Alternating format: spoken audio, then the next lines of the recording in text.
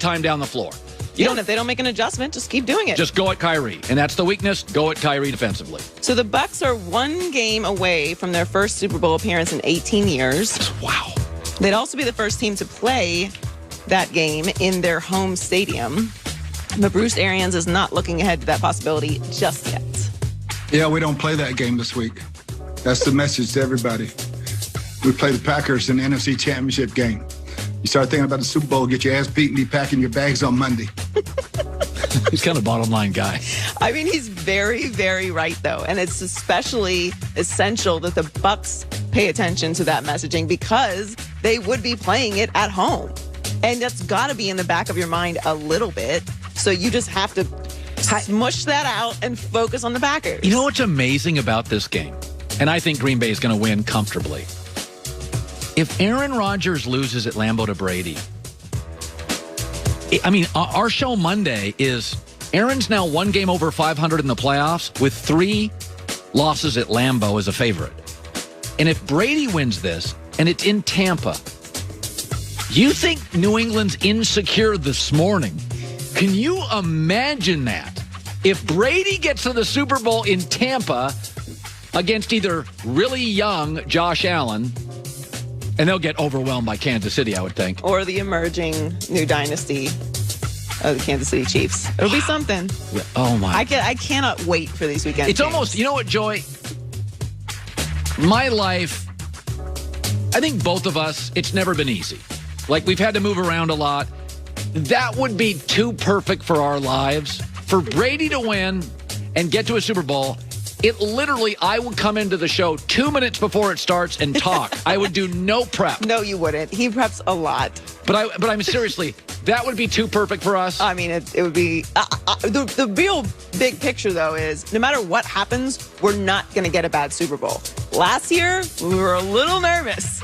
The Titans might sneak in here and just ruin the week. No offense, Titans fans, but like no one outside of Tennessee was rooting for that. By the way, for us, I'll just say this right now. I'm a Brady guy, but I think the best Super Bowl is Green Bay, Kansas City. Yes. I think that's the best game for the American fans. Yes. I think Brady may even get a higher rating against Mahomes. He's so iconic. But if you're asking me, what's the best game? I got to tell you something.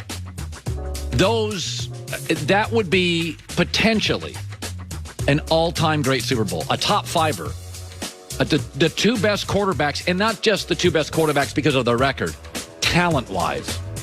Oh, my Lord. But see, it's not going to happen because that would be too great for us. It's a big soup weekend. So the Chiefs have some of the most impressive offensive weapons in the NFL, and the Bills' defense knows it's going to be a challenge to limit their success in the AFC title game on Sunday. Safety Jordan Poyer said, you look at trying to stop them, and it's kind of like, who are you going to stop? You look at how they're winning games, and they're making big plays. You've got to find a way to limit their explosive plays. They're in this spot for a reason. That's right. You don't stop them, you limit them.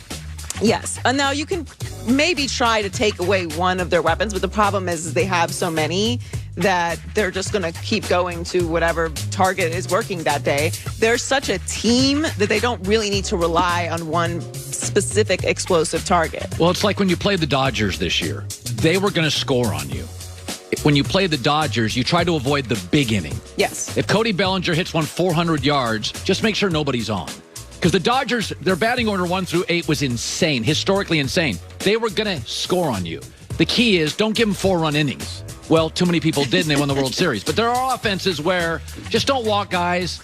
You're gonna lose some at bats. Right, you're going to lose a little bit here and there. Just don't give up the big one. Don't give up 4-run innings, and you have a chance to beat the Dodgers, and people couldn't. Their defense, the Bills' defense, is 16th in points allowed per game, 14th in yards allowed per game, 15th in sacks, and they're tied for 3rd in turnovers. It's now, really the Chiefs are not a big turnover team, but they're kind of just like a middle of the road defense. Obviously, good enough to get them here. Yeah. And Phillip Rivers had 309 yards and 2 touchdowns, and they also rushed for 163 total yards. Jonathan Taylor had 78 yards and a touchdown. But obviously, the Buffalo game was completely different, and that's a really good offense, and particularly a rushing offense as well. So they can get it done if they need to, but I just think, to his point, just Save one big explosive play, and you'll be able to be in it. Yeah. As Baker Mayfield enters the final year of his rookie contract, the Browns have the options to sign him for a new deal or pick up his fifth-year option. GM Andrew Berry spoke about how pleased he was with Baker's performance this season, but did not necessarily commit to him long-term. He did an excellent job this year, right? He led us to a first playoff appearance in eons. We've got 12 wins, played winning football all year, developed a really strong relationship with Kevin and the offensive staff. And really, like I mentioned last week, he really grew before our eyes on a weekly basis, both on and off the field. So we're very, very pleased with him. Look, we wouldn't be where we were at the end of the season without his performance, and he had a really strong season. But they aren't willing to give him an extension yet. Interesting, a year ago, Myles Garrett, same situation. They did give him an extension, despite having kind of a bad moment, a bad PR moment. He had a really terrible moment, but his body of work outweighed that one terrible moment when it came to Myles Garrett. They could. By the way, Lamar Jackson, John Harbaugh said yesterday, we're signing him to an extension. Buffalo is going to sign Josh Allen to an extension as soon as the season's over. Why isn't Cleveland?